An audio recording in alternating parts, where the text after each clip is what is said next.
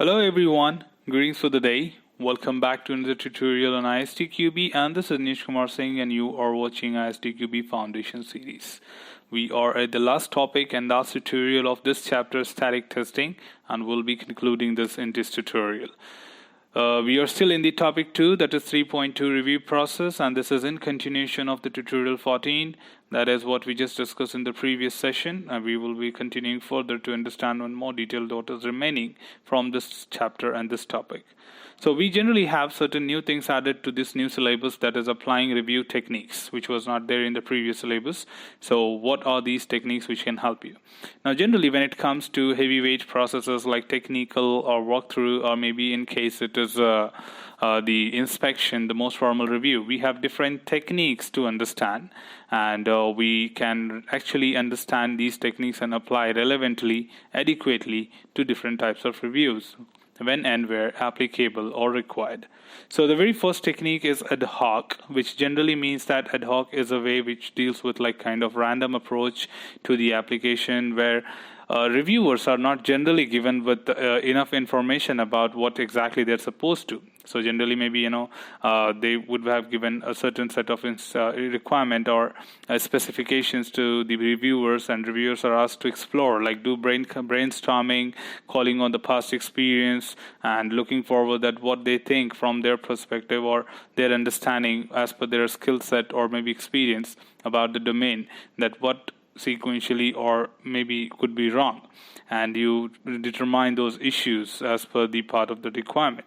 So generally again the process remains the same, that they go through the documentation to look for the ambiguities or any kind of omissions, any kind of inconsistencies, but at the same time is that you are not given with an objective which generally a formal review has a procedure to do, and also not given any kind of guiding path that what exactly you need to carry on with.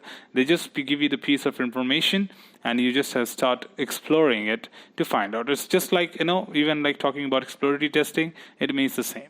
So that is what is called as ad hoc testing or ad hoc techniques to be applied to the review process.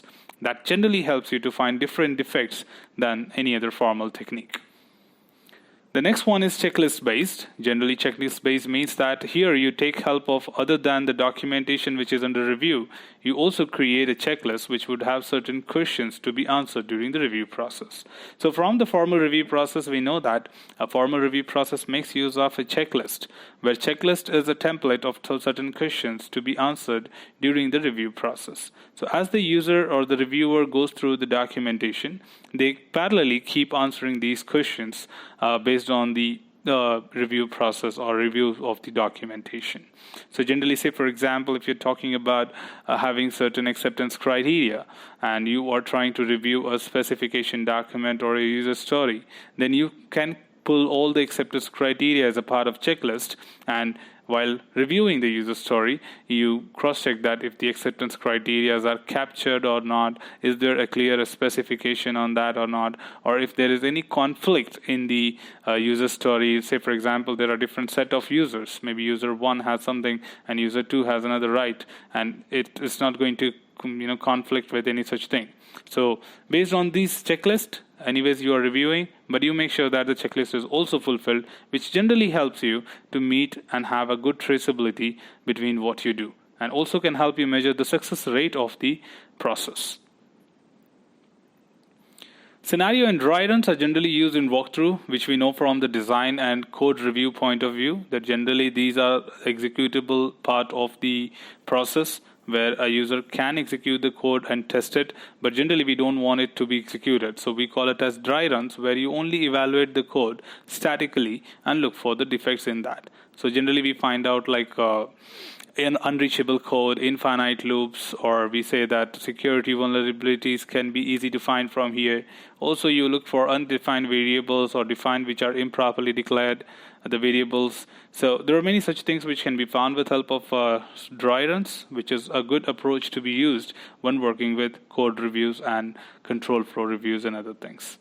Role-based is more of a the approach which is followed is the technical review, where technical review generally deals with a specific role. That means this review will be conducted only by the reviewers which are technical experts, or maybe this would be considered from a point of user perspective or end user behavior. For example, the end user can be experienced, inexperienced, a senior citizen, or a child, etc. So how they would behave or how they would try to access the system and so on. It might be a role of the organization as well, like maybe the user administrator, system administration, performance tester, from their point of view, how it should be. So say, for example, I've got certain specifications about an application, and I would like the performance testers to go through this and find out the defects according to them. So now, what number of users should be there, what kind of the protocol we are following, how many users would be active at any point of time, will they be working simultaneously or interval, will there be any kind of spike involved during the access of the system, and so many things are there related to it.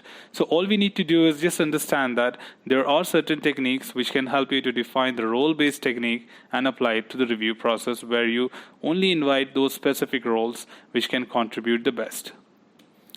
Perspective-based is the very ordinary and the best commonly used operation, where generally we invite multiple people or the reviewers are from different domains or stakeholder team.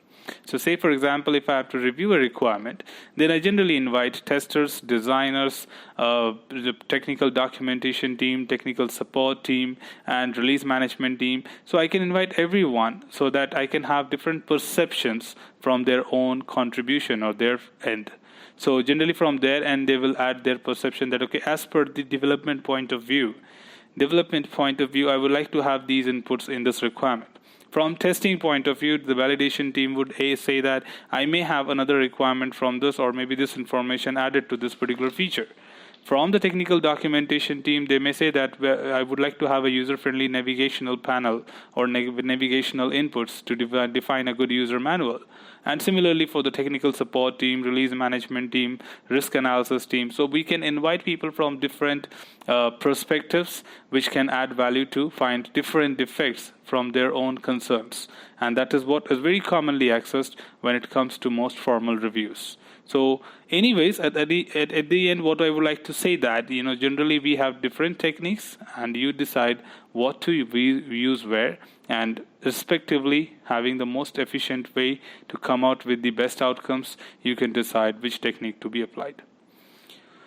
Last but not the least, we generally have success factors which to be considered as conducting the review process. So generally when you talk about conducting the review process, it's the responsibility of the management as well as the moderator to take care of these factors at any point of time so that we have a best outcome from the review and the review can be called as a successful one.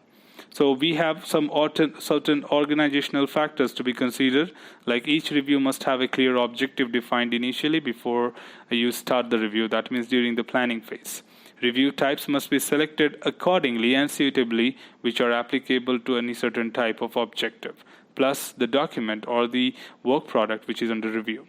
If required, the right set of technique for the review must be applied, like where ad hoc is applicable, where role-based is applicable, or where perspective-based is applicable should be identified and applied. Any checklist required that adds value to your process must be encouraged to be used. Large documents, if it is too huge, then of course you make use of them in smaller pieces. You break the big documents into small pieces and take small piece at a time so that we can have a better quality achieved at the end of the review process. Participants must be given with enough time or adequate time is what we say, which is required for them to go through and prepare well for the review process or finding the defects. Reviews are scheduled with adequate notice. That means you give a prior advance notice to all the members of the review panel that we are looking forward to have these things, that you should be available on these dates for the individual preparation or these dates for the review meeting, so that they can allocate themselves accordingly in their calendar, because obviously nobody is idle to wait for these activities. They will be having any other activity to be taken care of. So you give them advance notice so that they can be available to be contribute the best way within the review process. Management should support a good review process. Generally, management should inspire people and as well as allocate enough time within the process to conduct reviews. So it's the management core responsibility until unless they find enough time to be considered for conducting static review or contributing in terms of conducting the reviews, then the review cannot be conducted. And as we know that review generally helps you to minimize the defects at an early stage, it can be really very helpful. Also, on the other side, we have the people who deal with the people factors. People factors deal with the right people are involved to meet the review objective, because inviting the review is really important equally. So right people for the right job is very important.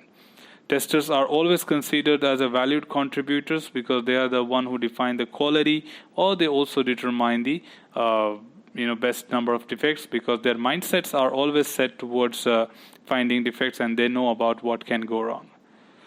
Participants dedicate adequate time and attention to detail. So generally it is required by each participant that they have enough time being contributed while the review is being conducted, so that they also put their 100% effort to make this process a successful one.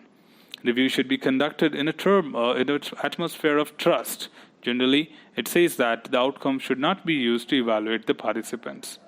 Participants should avoid any unwanted body language, because it's going to be a good review meeting where we have some meeting etiquettes which you take care of as you deal with multiple people joining you at the same time. So you always try to avoid as much as possible any unwanted body behavior. Adequate training can be also given to the team members about the review process, that how the review is generally conducted, how do you conduct individual preparation, how do you present your defects in the review meeting, so to make it more formal and more beneficial at the end of the day. If people are not well trained on these things, of course the outcome could be a little less than what you can really have. And of course, you should always admire or inspire people to have a good culture of learning, and process improvement should be promoted within the organization. Because as you do review process, of course, you come out with the basic ideas that this is what can really happen. So anyways, team, this is what we have got from this chapter altogether, finally concluding the chapter 3. And this is the last tutorial of this. The next tutorial will be about the sample question. So stay tuned for that. And we would obviously look forward to have another chapter coming up. So in case you have not subscribed to the channel, please subscribe to that and be aware of the latest tutorials on this series. Also, we'll be having a lot of queries to be answered, so feel free to comment below so that I can get back to you with more details. And till then, keep exploring, keep learning. Thanks for watching the video, team. Happy learning.